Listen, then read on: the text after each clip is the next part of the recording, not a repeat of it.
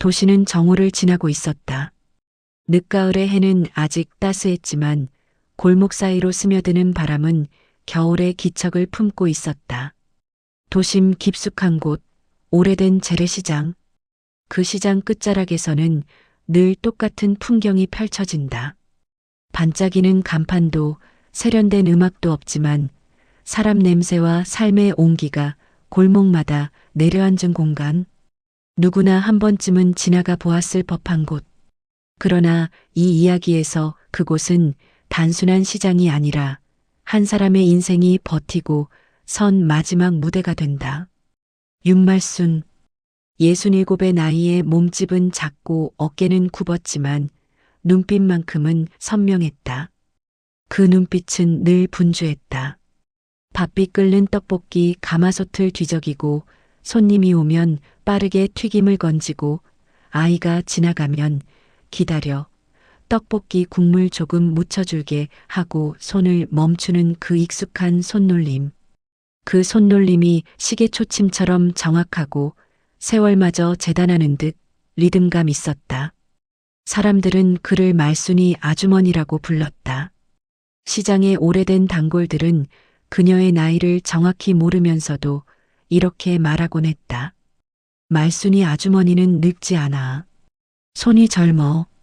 또 마음이 젊어. 그러나 말순 본인은 마음속 깊이 이렇게 말하곤 했다. 애들한테만큼은 부끄럽지 않은 엄마이고 싶다. 그녀에게 떡볶이 장사는 생계였지만 동시에 자식들에게 부끄럽지 않게 살 수 있는 작은 자존심이었다. 그래서일까? 그녀는 수십 년 동안 그 좁은 시장 골목 한복판에서 버텨왔다. 비가 오든 눈이 오든 사람들의 사정이 오르락 내리락 하든 그녀의 떡볶이 대는 늘 같은 자리를 지켰다. 자리를 지키는 것은 버티는 것이다. 버틴다는 것은 산다는 것이었다. 그것은 말순이 잘 아는 삶의 방식이었다. 그러나 사람의 일이라는 것은 늘 그렇듯 버티는 것만으로도 무너지는 순간이 찾아오곤 한다. 그 시작은 보통 아주 작고 사소한 균열로부터 시작된다. 방심한 틈새, 누구에게도 말하지 못할 불안, 혹은 작은 오해 같은 것. 이야기의 시작 역시 그런 작은 오해 하나였다. 말순에게는 두 아들이 있었다. 첫째는 안정적으로 회사에 다니고 둘째는 요식업을 하는 젊은 남자였다. 그리고 둘째에게는 아내가 있었다. 그녀의 이름은 서연. 38의 나이에 이미 강남에서 감각 있는 오너, 셰프라는 별칭을 얻은 사람. 그녀는 유명 호텔에서 다년간 쌓은 경력을 바탕으로 자신의 레스토랑을 차렸다. 그 작은 공간은 단순한 가게가 아니라 그녀가 올라선 무대이자 포부의 집약체였다. 하지만 인간의 마음속에는 외부에서 보이지 않는 이면이 있다. 심리학에서는 그런 마음을 보상적 자아라고 부르기도 한다. 겉으로는 자신감과 당당함으로 서 있지만 내부에는 채워지지 않은 결핍이 숨어 있는 마음. 그 결핍은 누군가를 향한 부러움일 수도, 자격지심일 수도, 혹은 인정받고 싶은 욕구일 수 있다. 서연의 마음에도 그런 결핍이 숨어 있었다. 그녀가 레스토랑을 운영하면서 누구보다 예민해진 것은 이미지였다. 음식의 맛도 중요했지만 그녀의 세계에서 더 중요한 것은 보여지는 세계였다.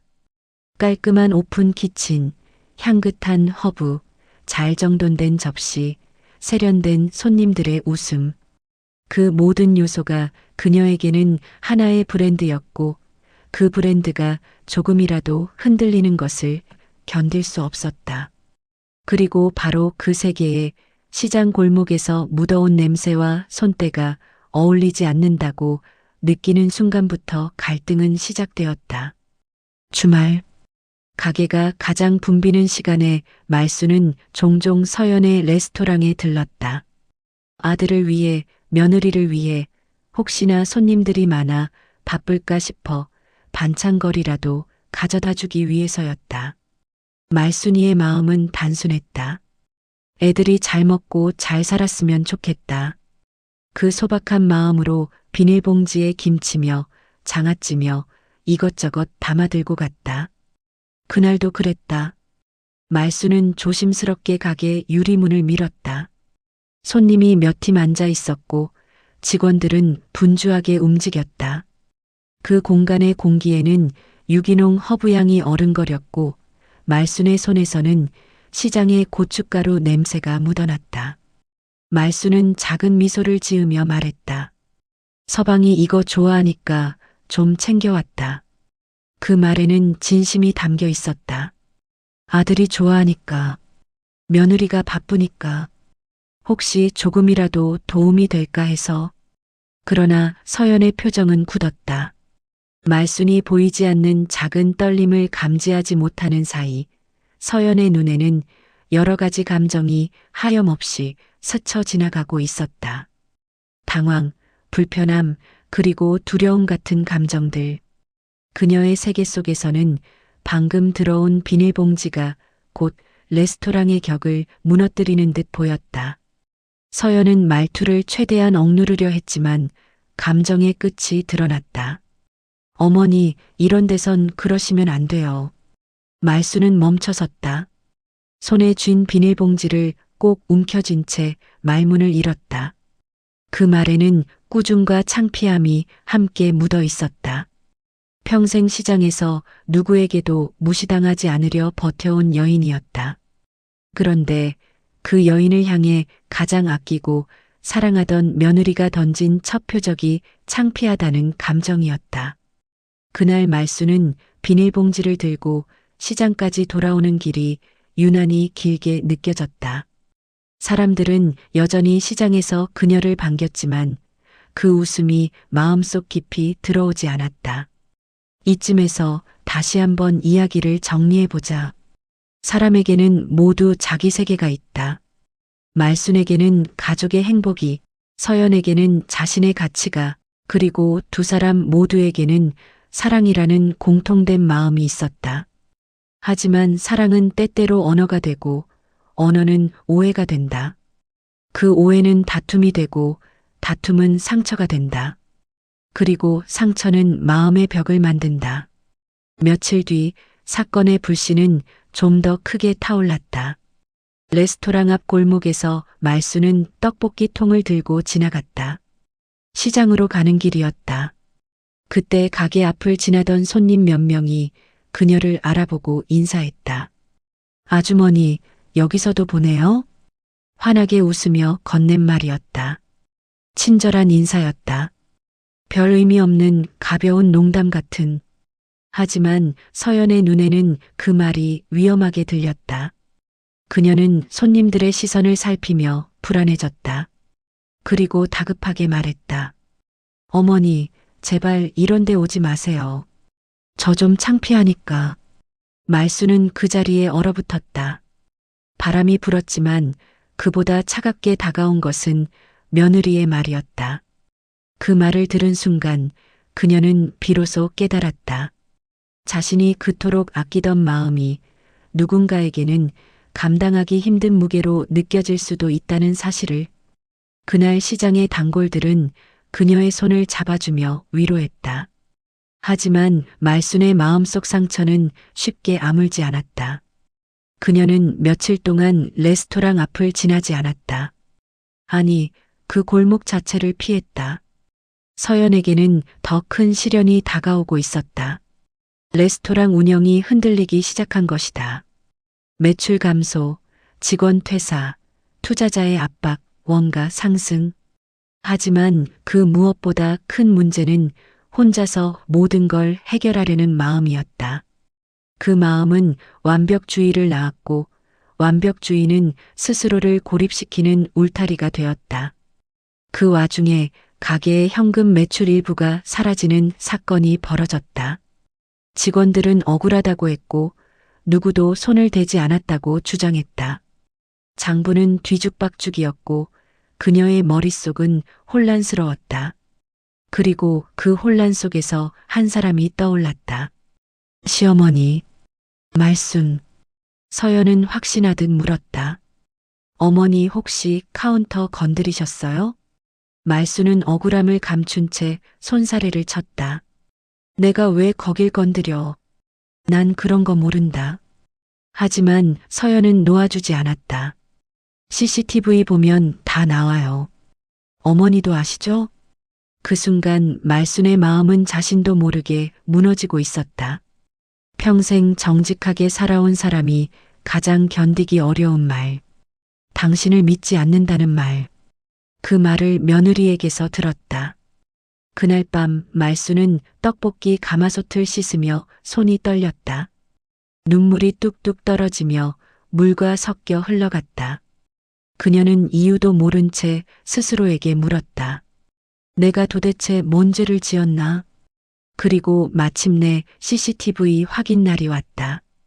말수는 부들부들 떨리는 손으로 따뜻한 수건을 쥐고 시장 마당에서 조용히 하늘을 바라보고 있었다. 그때 아들이 달려왔다. 엄마, 어머니가 아니라 서연이가. 말을 잇지 못한 채 그는 고개를 숙였다. CCTV 속에는 서연 본인이 새벽에 카운터에서 돈을 꺼내는 모습이 그대로 찍혀 있었다. 말순에게 범인이 아닐 수도 있다는 희망은 아니었다. 그저 내가 범인이 아니라는 사실이 밝혀졌다는 안도감만이 그녀를 잠시 붙들었다. 하지만 그 다음 이야기는 더욱 충격적이었다. 서연은 화면 속의 자신을 보면서도 거짓을 만들어가기 시작했다. 장부를 조작하고 상황을 다른 방향으로 몰아가려 했다. 심지어 경찰에 도난 신고를 하겠다며 서류를 꾸몄다. 그러나 거짓은 결국 텅 빈 껍데기처럼 굴러 떨어졌다. 마침내 그녀는 횡령과 사기미수 혐의로 구속되었다. 이쯤에서 이야기 흐름을 다시 정리해보자. 사람은 누구나 무너지는 순간이 있다. 문제는 그 순간이 나쁘기 때문에 오는 것이 아니라 대부분 두렵기 때문에 온다는 사실이다. 서연은 책임을 피하고 싶었던 것이 아니라 자신이 실패했다는 사실을 인정하기 두려웠던 것이다. 그 두려움이 잘못된 판단을 낳았고 그 판단이 사랑했던 사람을 상처 입혔다. 구치소 면회 날. 큰아들은 떨리는 마음으로 서연을 바라보았다. 그녀는 자신이 만든 결과 앞에서 작아져 있었다. 한참 동안 말문을 열지 못하더니 마침내 입을 열었다. 어머니한테 미안했다고 전해줘. 그 말은 그녀가 가진 마지막 힘을 끌어모은 듯한 목소리였다. 하지만 말수는 그 말을 듣고도 오래 대답하지 못했다. 그저 조용히 말했다. 얘야, 미안한 건 내가 아니고 내 마음이야. 그 말은 용서도 아니고 비난도 아니었다. 그녀의 인생을 관통해온 참아온 마음이었다. 시장은 다시 평소처럼 분주해졌다. 그러나 말순의 떡볶이 가마솥 앞에는 깊은 침묵이 내려앉았다. 그녀는 떡볶이를 젓는 손길을 멈추고 가끔씩 먼 곳을 바라보았다. 그곳에는 말로 다 표현할 수 없는 마음이 있었다.